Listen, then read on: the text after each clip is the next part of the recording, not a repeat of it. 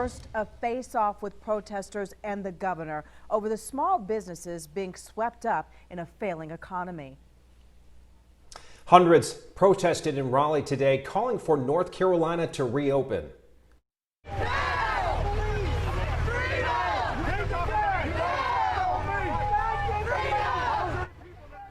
Yeah, you see the video, you hear the people chanting, waving flags, and long lines of people and cars going through the Raleigh area. Governor Roy Cooper heard their plea, but tonight he's standing firm. Right now, staying at home is saving lives. Channel 9's Blaine Tollison is joining us live now. He's been listening in to the governor's press conference from earlier, also hearing the concerns from those out there demonstrating. And the governor did say today, Blaine, that more help is coming for small businesses. And that's a big piece of Governor Cooper's budget proposal to provide more money for small businesses through the state's rapid recovery program, something the General Assembly may take up this week. But I want you to take a moment to just look at I-77 here behind me. It's 5 o'clock. Hardly any traffic out here near Cornelius, and it's a reminder of the way things are. And there are a lot of people out there who don't like other aspects of the way things are. Some folks who protested up here on the bridge in Cornelius and in Raleigh who just want to go back to work. A protest in downtown Raleigh today was the largest demonstration of its kind we've seen. A crowd of hundreds just feet from one another, not social distancing, but desperately calling on Governor Cooper to reopen businesses in North Carolina. We have got to stop. We've got to say it's time to stop. Put people back to work. In stark contrast in Cornelius, a tiny Reopen NC group held signs and American flags promoting a similar message. So I wanted to get out and speak my mind and say we need to follow the White House plan step by step and in a very slow, incremental way, get back to business. May 1, we'll be ready. Diane Gilroy was laid off from her job in cybersecurity. And, you know, I hate to see the economy collapse completely. We'll have more problems, dire consequences. But it's up to Governor Roy Cooper to put the president's three-phase plan into action when the stay-at-home order expires a week from now. He explained today his coronavirus task force is working on plans to ease restrictions, get back to work, but stressed efforts to protect public health. And I think the people of North Carolina want us to rely on science and data and facts and consultation with our business community who are actually out there wanting to protect their employees. Michael Morgan, who leads the group Stay at Home NC, supports Governor Cooper's direction, and as a cancer patient battling leukemia, he's at risk. We're in favor of opening, we just want to do it safely, that's the thing. So we're not close yet. We're getting there, but we're not close. Governor Cooper has not said if he will extend his stay-at-home order. Last week he did mention easing restrictions slowly, but only if certain key measures were in place, such as testing, tracing, as well as the ability to identify the trends and the spread of the virus. He has not said if the state is there yet, Scott. Certainly a lot to weigh on both sides before that decision is made, and certainly what those people in Raleigh want to happen sooner rather than later. Blaine, thank you. People have been protesting in other states about the various restrictions, and this is a photo you may have seen that has gone viral from Denver. You can see a nurse there or a medical worker standing in a crosswalk trying to stop the people who wanted to reopen their economy, again blocking their cars as they peacefully protested and expressed their views. Yeah, quite an image there. Well, while North Carolina is still planning on how to safely reopen, South Carolina already taking the first steps, letting some stores open back up for business. After weeks of locked doors and lights off, they're once again trying to see some signs of normalcy. Getting closer, Erica. We're talking about department stores, sporting goods stores, craft stores, florists, things like that. Just a handful of the thousands of businesses now that have the green light to open if they choose to open up. South Carolina reporter Greg Suskin found out reopening is not as easy, of course, as just unlocking the doors and turning the lights back on, especially for a much larger business. Yeah, Greg, then there's the other question. How quickly will customers come back when they open those doors?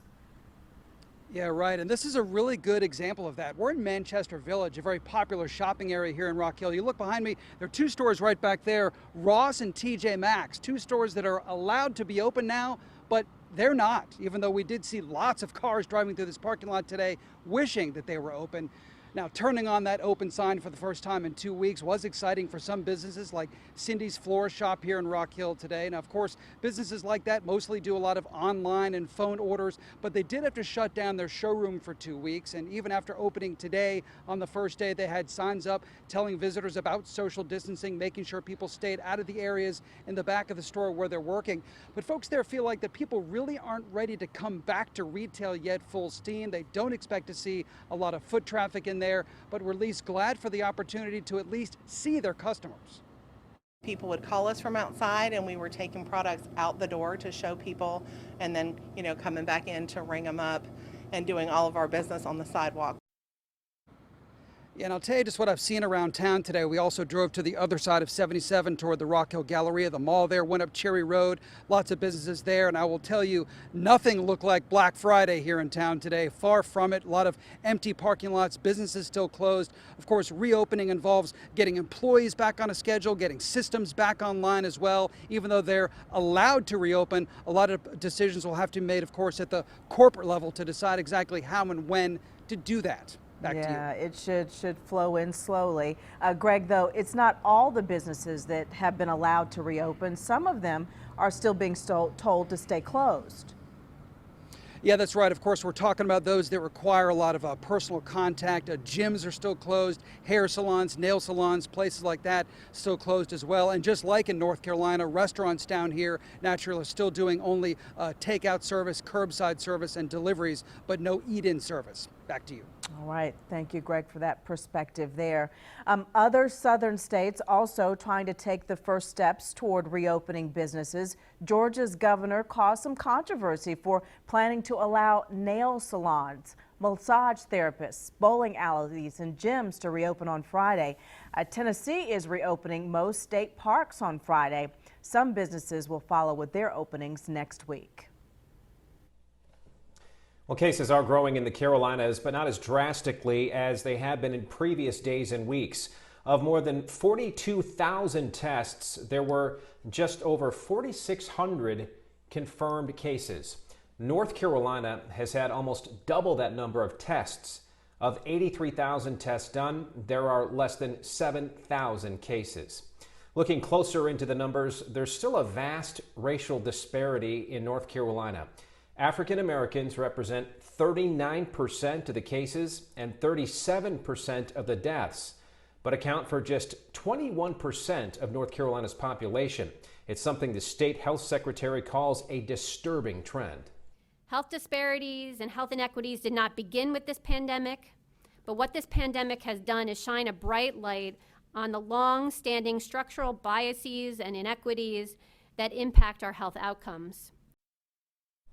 Dr. Cohen said the state is focused on opening up testing sites in areas where there's limited access to health care. Tonight, health officials are once again deflecting criticism for an outbreak that's infected dozens at a local nursing home.